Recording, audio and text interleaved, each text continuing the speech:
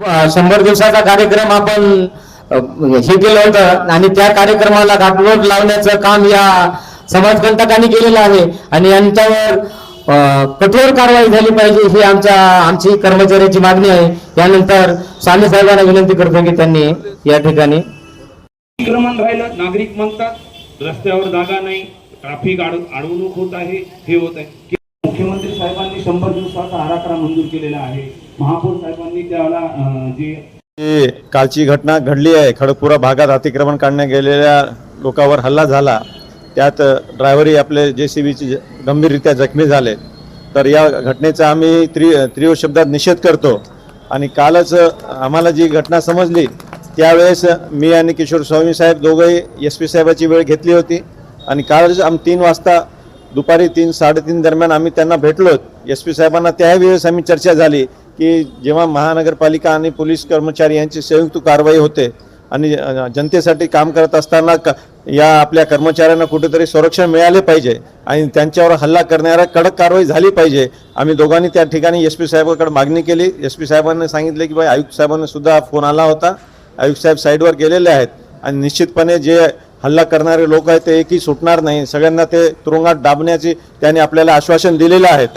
स्वामी साहेब आणि मी जेव्हा SP साहेबाला भेटलो तेव्हा त्याने त्या घटनेचे खेद व्यक्त केला की जनतेसाठी काम करणाऱ्या अशा कर्मचाऱ्यावर जेव्हा हल्ले होतात त्याला सोडलं नाही पाहिजे, ही सुद्धा भावना SP साहेबाची आहे। निश्चितपणे त्यांच्यावर कठोर कारवाई होईलच, पण आपण निश्चिंत राहा, पूर्ण बॉडी आपल्या पाठीशी आहे। अशी कोणतीही घटना केली तर आपण सर्वजण मिळून कायदा सुव्यवस्थेचा प्रश्न जे निर्माण करतात त्यांना निश्चितपणे आम्ही तुमच्या पाठीशी आहोत। अशा लोकांना तुरुंगात डाबू आणि पोलिसाची मदतीने त्यांना कडक शिक्षा देण्याचा आपण प्रयत्न करू।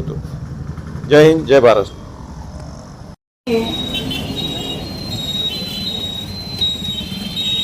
काल जी घटना झालेली आहे त्या संदर्भात कालच आम्ही आमचे स्टँडिंगचे सभापती विजयभाई आणि सिनियर जे नगरसेवक आहेत किशोर भाऊ यांना SP साहेबांकडे पाठवलं होतं या घटनेची चौकशी करण्यासाठी आणि घटनेची योग्य चौकशी होऊन जे कोणी दोषी असतील त्यांच्यावर कठोर कारवाई केली जाईल, कारण हे आमच्या कर्मचाऱ्यांच्या सुरक्षेचा प्रश्न आहे आणि सर्व महानगरपालिका कर्मचाऱ्यांच्या सोबतच आहोत।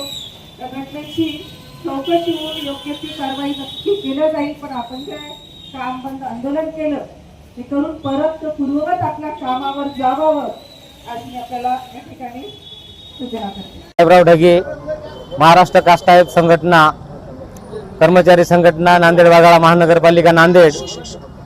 काल आमच्या कर्मचारी मालू कांबळे आणि अतिक्रमण पथकावर जो भ्याड हल्ला झाला होता आणि हा हल्ला माननीय महाराष्ट्र शासन आणि महानगरपालिका प्रशासनाने 100 दिवसाचा जो कार्यक्रम आयोजित केला होता त्या संदर्भात ही कारवाई चालू होती आणि त्या कारवाईला या समाजकंटकांनी जो हल्ला केलेला आहे तो हल्ला एकट्या मालू कांबळे किंवा महापालिका अतिक्रमण पथकावर नसून हा महापालिकेवरचा हल्ला आहे आणि या हल्ल्याचा आम्ही तीव्र शब्दात निषेध करतो।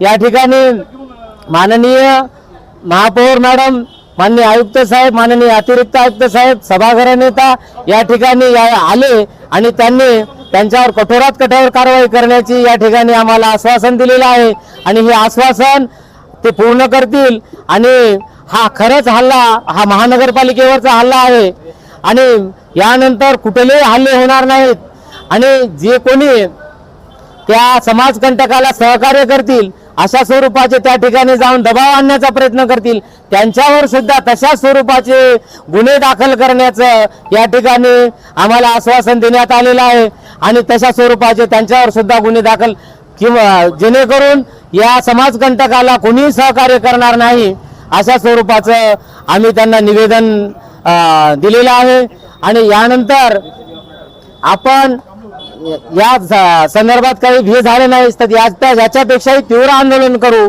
हा संघटनेकडून आम्ही हा इशारा देत आहोत।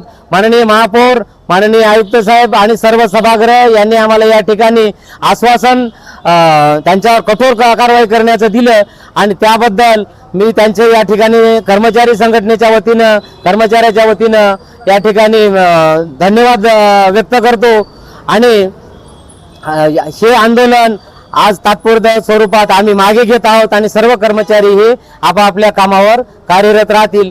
भविष्यात याच्या स्वरूपाचे सर्व काय झालं या संदर्भात आम्ही कर्मचाऱ्याला पूर्ण सांगणार आहोत. जय हिंद, जय महाराष्ट्र.